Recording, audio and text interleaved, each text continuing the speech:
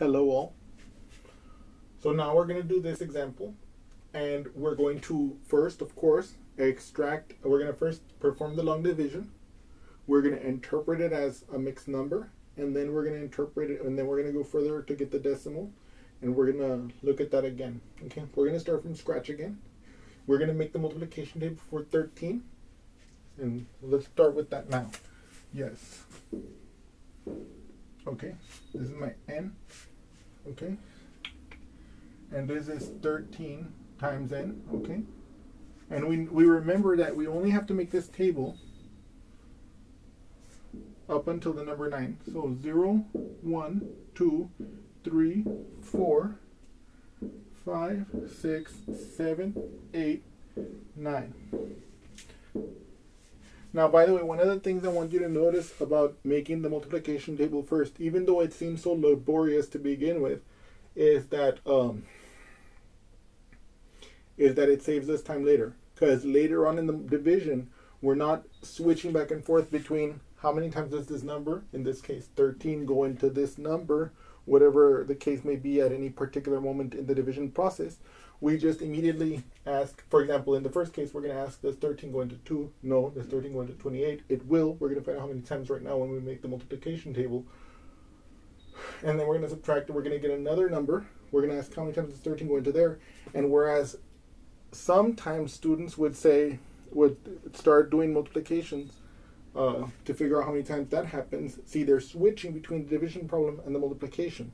And that can also lead to the opportunity for errors to get into the process. And so by doing it this way first, having my multiplication table ready to go, I just read it and I go a lot faster and with far more accuracy. Okay. Now, if we make a mistake in the multiplication table, that's bad. And of course, it'll poison the whole process. But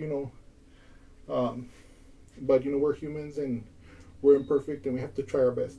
But anyway, if you make the multiplication table first, you're going to have a much higher chance of success, okay? So now look over here. Obviously, 0 times 13, that's just 0. Okay, 1 times 13 is 13. If I add 13 to 13, I will get, let's do that here. 3 plus 3 is 6. 1 plus 1 is 2, okay? If I add 13 again, 6 plus 3 is 9. 1 plus 2 is 3, okay? Now, by the way, I want you guys to realize also that as I make this multiplication table, implicitly I'm using the idea of multiplication as repeated addition, okay? Not a terribly important point there, but I don't want you guys to let go of that. 9 plus 3 is 12. I bring down the 2, carry the 1. 1 plus 3 is 4, plus 1 is 5, okay? I add 13 again. What is 2 plus 3? That's 5. What is 5 plus 1? That's 6.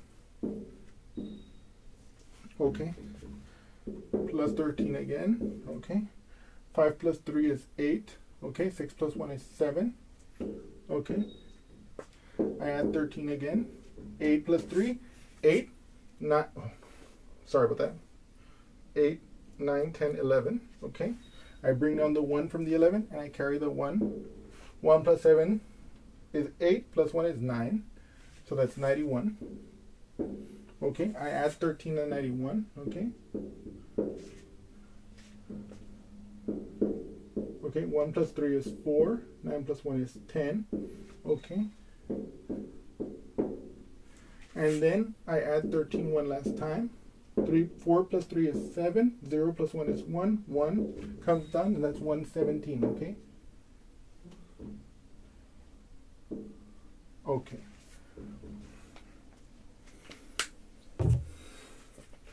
Now let me show you a neat little trick that can help to, well, not a trick, but a little idea that might help to prevent you from having mistakes, okay, or to catch a mistake. What if I want to, now this is not an exact test, but it's a very good likelihood that you got the right answer if 9 times 13 is actually 117, I'm sorry. Right? So let's test that here. 13 times 9. 9 times 3 is 27. So I bring down the 7 and I carry the 2. 9 times 1 is 9, plus 2 is 11, and we see that it is indeed 117. So that reduces the chances that we made a mistake in the intervening additions. Okay, but it's not a complete guarantee, but it's a good it's a pretty okay task. It's a pretty okay test. Okay, just a rule of thumb there. So now we can begin this division problem in earnest. Does 13 go into 2? Of course not. Does 13 go into 28? Aha! We can use our multiplication table here to observe that it goes in twice. 2 times 13 is 26. Okay? So if you noticed, we can change our question asking how many times does 13 go into 28 to what is the maximum number of times that 13 will fit evenly into 28. Okay? But we're not going to be that litigious here. Okay? So 13 goes into 28 a total of 2 times. 2 times 13 is 26. Okay? Now I perform the subtraction. 8 minus 6 is 2. 2 minus 2 is 0, so I don't put it. And then I bring down this one digit, which is 25. Okay? Now what I'm going to do is I'm going to ask myself how many times does 13 go into 25? And you can see it goes in one time. Okay? So 1 goes here.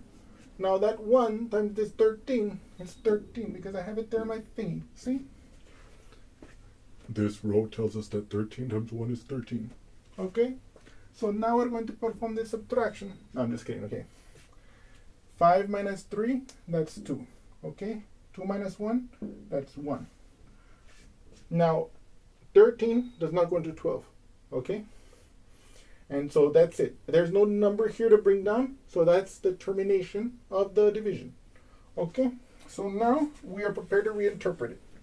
So we recall that the 13 divided by 285 can be interpreted as 285 divided by 13. Okay? And what this long division has just shown us is that the result of this division can be written as 21, okay, this number up top, and 12 over 13, okay? Because this becomes the numerator of our fraction part, and this becomes the denominator of our fraction part. So 285 and 13, 285 over 13 can be, the improper fraction 285 divided by 13 can be written as it can be written as 21 and 12/13, okay? It's a little bit hard to see, so I'm going to separate it a little bit. 21 and 12/13, okay? Okay. Right? But now what we're going to do is we're going to use this to extract the decimal expansion. Just a few digits of it, okay? We don't have to go crazy. Whatever we're going to look at some problems later on where we're going to have to pull out the decimal expansion. But usually in practical scenarios, we only have to pull out a few digits, okay? So here, the first thing we do is that we affix a decimal place here. Then we affix a 0 here, okay? And then we drop that 0 down like this, okay? And that becomes 120. And then I can use my table over there. Aha! 13 goes into 120 9 times. Okay? Now we ask 9 times 13, that's 117. Okay, I can make this line longer now, and I can make this line longer now. Now I can perform the subtraction. Can I take away 7 from 0? Not at all, because of course 7 is greater than 0. So what I must do is I must borrow from this 2. This 2 becomes 1, and this 0 becomes a 10, because I borrowed a 10 from the 20. 10 minus 7, that's 3. 1 minus 1, that's 0. 1 minus 1, that's 0. Okay? Then I affix a 0 and I drop it. And I ask myself, how many times does 13 go into 30? 2 times. 26, right? 2 times 13 is 26. Now observe, I'm not going back and forth multiplying and dividing. Because I made my multiplication table, I can just read off the next number I need. And so it looks like I'm going super fast through this, but that's because we did all the hard work before. Now, I'm going to look at this subtraction problem, right? 0 minus 6, I can't do it. 6 is bigger than 0. So I borrow from the 30, that becomes a 20, and this becomes a 10. 10 minus 6, that's 4. 2 minus 2, 0. So I don't have to bring anything down there, right? But then I affix a 0 here, and I drop it. This becomes 0. So now it's 40. I now ask the question again. How many times does 13 go into 40? We can see it's 3, so it's 39, okay? And you can see I can keep going. Let me just keep going a few more moments. You know, I got 40. I subtracted 39. That gives me a 1, right? Because 39, what's the next number? 40. So it's just a remainder 1. I affix the 0, and I drop it. Notice, I'm always subtracting, dropping 1, 0, then asking the question. I'm always, like, I do the multiplication. I get this value. I do the subtraction. I drop the next digit. Then I do the then I ask how many times does this go into that. Notice that pattern, okay? Now I ask the question, does 13 go into 10? Aha. It actually doesn't. It goes in 0 times. So that's when a 0 pops into the mix, okay? 0 times 13 is 0, okay? So now I can subtract 10 minus 0. That's still 10. And now I can affix a 0, and I can drop it, and that becomes 100, okay? If I had been careless and I had dropped another 0 to make it divide, I would have missed the reality that the 0 goes there. Now 13 goes into 100 7 times, okay?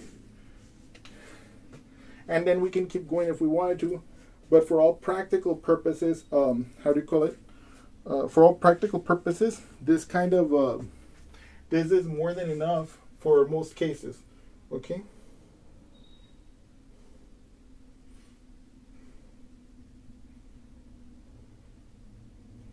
Yep.